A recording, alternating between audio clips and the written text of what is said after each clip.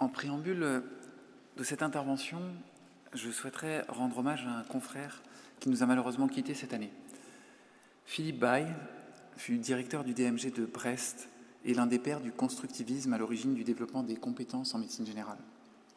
Il fut également l'un des créateurs de l'image reconnaissable entre toutes avec un impact visuel fort, inspiré par le schéma du référentiel canadien CanMEDS, publié dans le célèbre numéro 108 de la revue Exercer, la Marguerite des compétences. Philippe Baye était didactique, simple, ouvert, humain.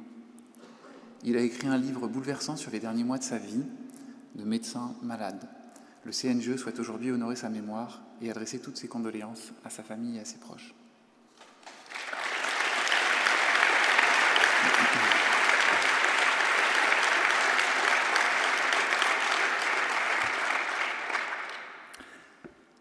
À la fin de ce 24e congrès, les retours que nous avons traduisent déjà la richesse et la satisfaction des échanges.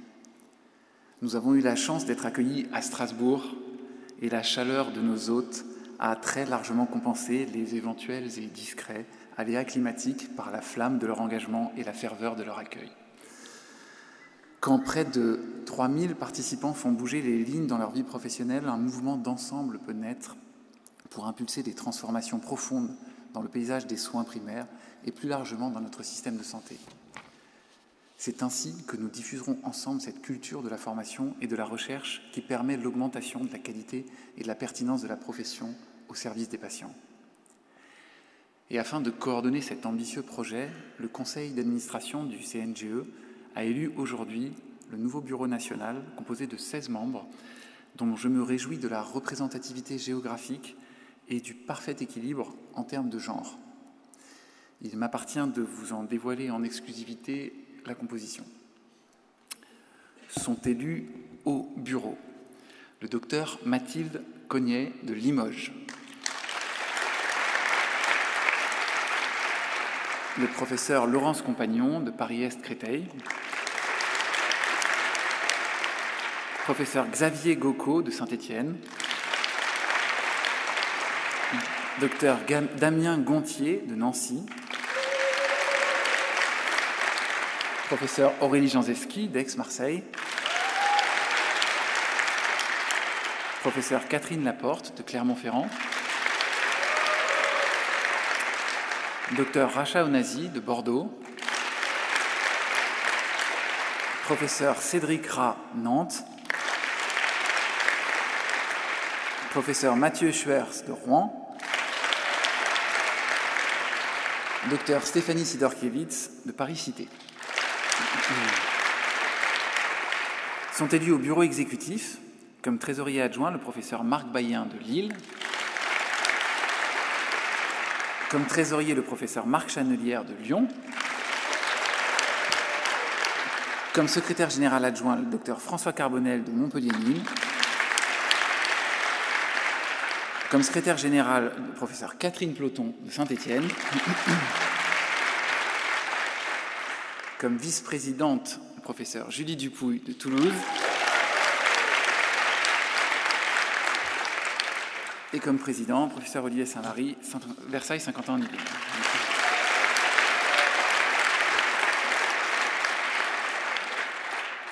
Je voudrais profiter de cette cérémonie de clôture pour remercier les membres du précédent bureau qui ne renouvellent pas leur mandat et leur dire toute la joie qui a été la mienne de travailler à leur côté. Merci beaucoup à Yannick Schmitt, local de l'étape, qui va continuer à travailler en lien étroit avec le bureau. Et merci infiniment à Patrick Imbert, pilier historique du CNGE.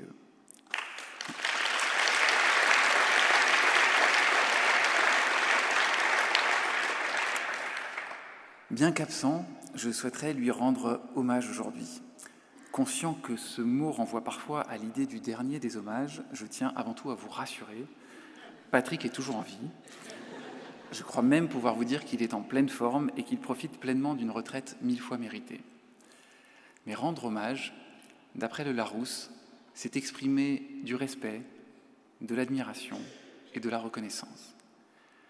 Alors voici quelques vers qui vont tenter de lui témoigner respect, admiration et reconnaissance. dans le vaste monde de la médecine, je voudrais saluer Patrick, pilier de la discipline. Avec passion et ardeur, tu as ouvert la voie, inspirant des générations, unissant les voix. Directeur de DMG avisé, guide éclairé, au CNGE tu as brillamment régenté. Factotum à l'âme bienveillante, tes conseils précieux toujours enchantent. Avec rigueur, tu as façonné les esprits, des internes en herbe, tes élèves chéris, un cadre inspirant, un enseignant enjoué, un mentor dont l'humour n'a jamais manqué. Tes leçons résonnent comme un écho d'amitié, dans le cœur de chacun une flamme à cultiver. Ensemble, nous avons rêvé la médecine générale, et qu'on soit étudiant, enseignant ou retraité, rêver, tu sais, c'est primordial.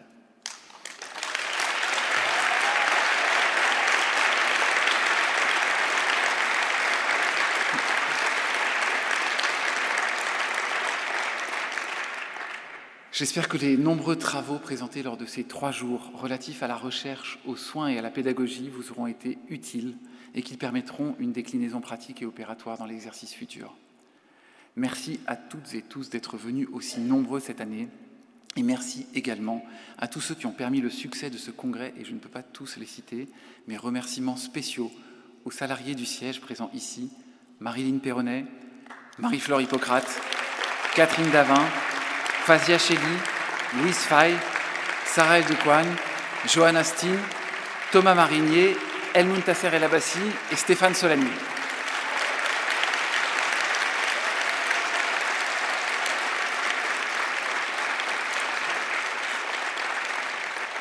Remerciements également aux responsables de l'organisation du congrès, Michel Cunin, et à toute l'équipe d'Overcom, dont je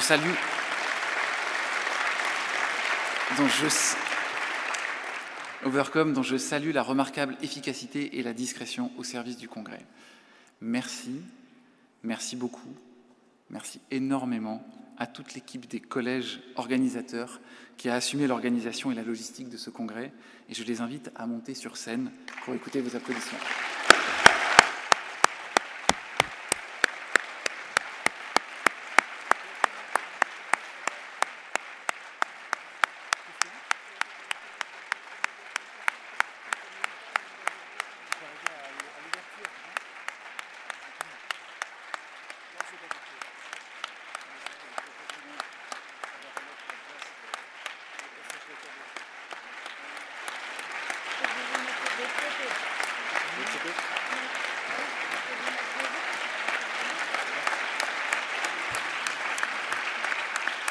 Voilà, c'est fini.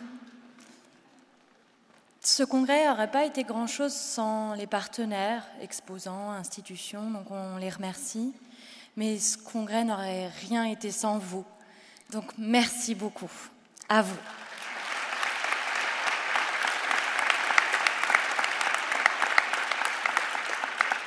Et maintenant est le temps pour nous de passer le relais à Toulouse, qu'on aimerait que vous veniez avec nous sur scène.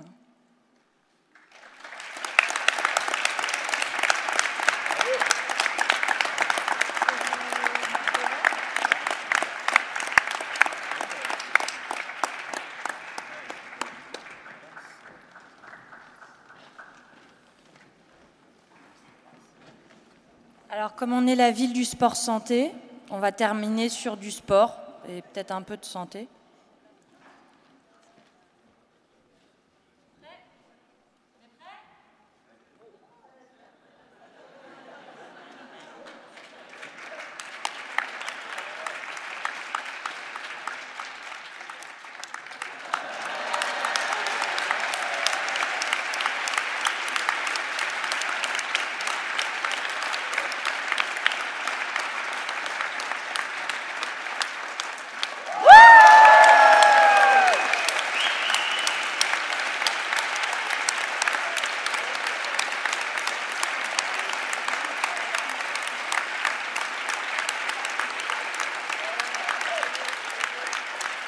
Et parce que visiblement, la nourriture, c'est important.